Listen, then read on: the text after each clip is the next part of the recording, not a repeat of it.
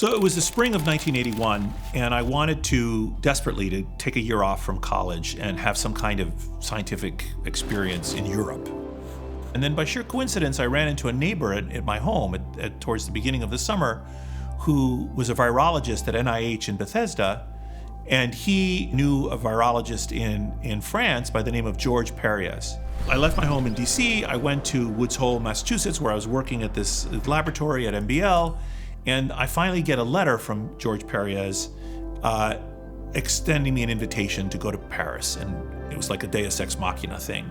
And the postdoc, who was Bishara Kashar, who became a very famous scientist in his own right after that, Bishara said to me, well, let's go see who this Perriez guy is. We had to go to the library and do a lit search and find his physical articles in physical volume at the MBL library. And we went there and we pulled all his papers by this scientist.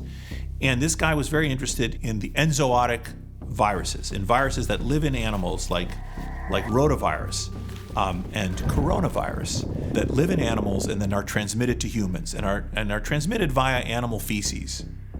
So in the scientific papers, it says, research assistants were dispatched to the streets of Paris to collect specimens, because the streets of Paris in those days were covered with piles of dog shit, and to collect specimens and bring them back to the laboratory. And Bishara said to me, this is going to be your job when you go to this laboratory. Not what I had been told was that my job would be to help them translate their articles into English, because like the only marketable skill I had at that stage of my life was that I could speak English fluently, which for a French laboratory was a useful skill. When I got to Paris, one of my duties was to collect these specimens, and one of the things I learned was how to isolate coronavirus from dog and cat feces.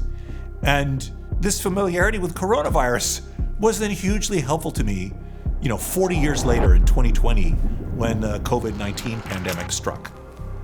And I never would have imagined that this kind of work I did in virology in my 20s would wind up being, remotely useful to me when I was studying the transmission of coronavirus through social networks as part of the COVID-19 pandemic.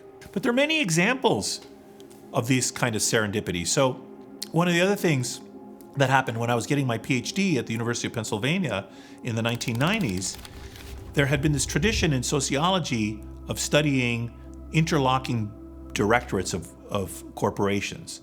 So what people did is they said, okay, there are all these people that are members of corporate boards. So you might have 1,000 firms and 10,000 people, and each of the people is a member of one or more corporate boards. If person number one is a member of boards A, B, and C, and person number two is a member of boards D and E, and so on, you could map how the boards are interlocked in a network based on the fact that certain individuals appear on both boards. So sociologists had been studying interlocking boards for a while, and I remember there was a colleague of mine, a graduate student, who was doing such research, and he had plastered the walls of his office with these network maps. And I remember one day walking by his office and seeing those network maps and just being struck by how beautiful they were and how interesting they were, and resolving that I needed to take a course in network science, or at least familiarize myself more with networks, which I did. And that was in my mind like from the mid-1990s till 10 years later when I began studying human social networks. But perhaps my favorite example of this is in around 2007, when I was struggling to come up with a metaphor to help people understand how networks can have a life of their own, how it can be that the whole can be greater than the sum of its parts, how we can understand society as having properties that transcend the constituent individuals.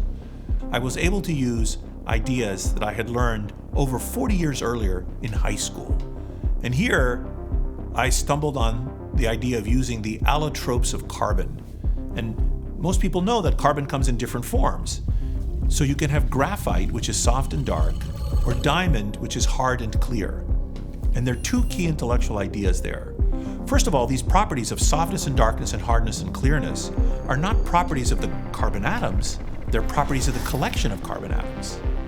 And second, which properties you get depends on how you connect the carbon atoms to each other. Connect the carbon atoms one way, you get one set of properties. Take the same carbon atoms and connect them another way, you get a completely different set of properties. And it's the same with human groups. You can take a group of people and connect them one way, and they are happy and healthy and wealthy and innovative. Or you can take the same people and connect them a different way, and they are unhappy and unhealthy and poor and uninnovative. So this old idea, like that I was taught in high school chemistry about the allotropes of carbon, now is useful to me in communicating a completely different set of ideas with respect to the emergent properties of social networks.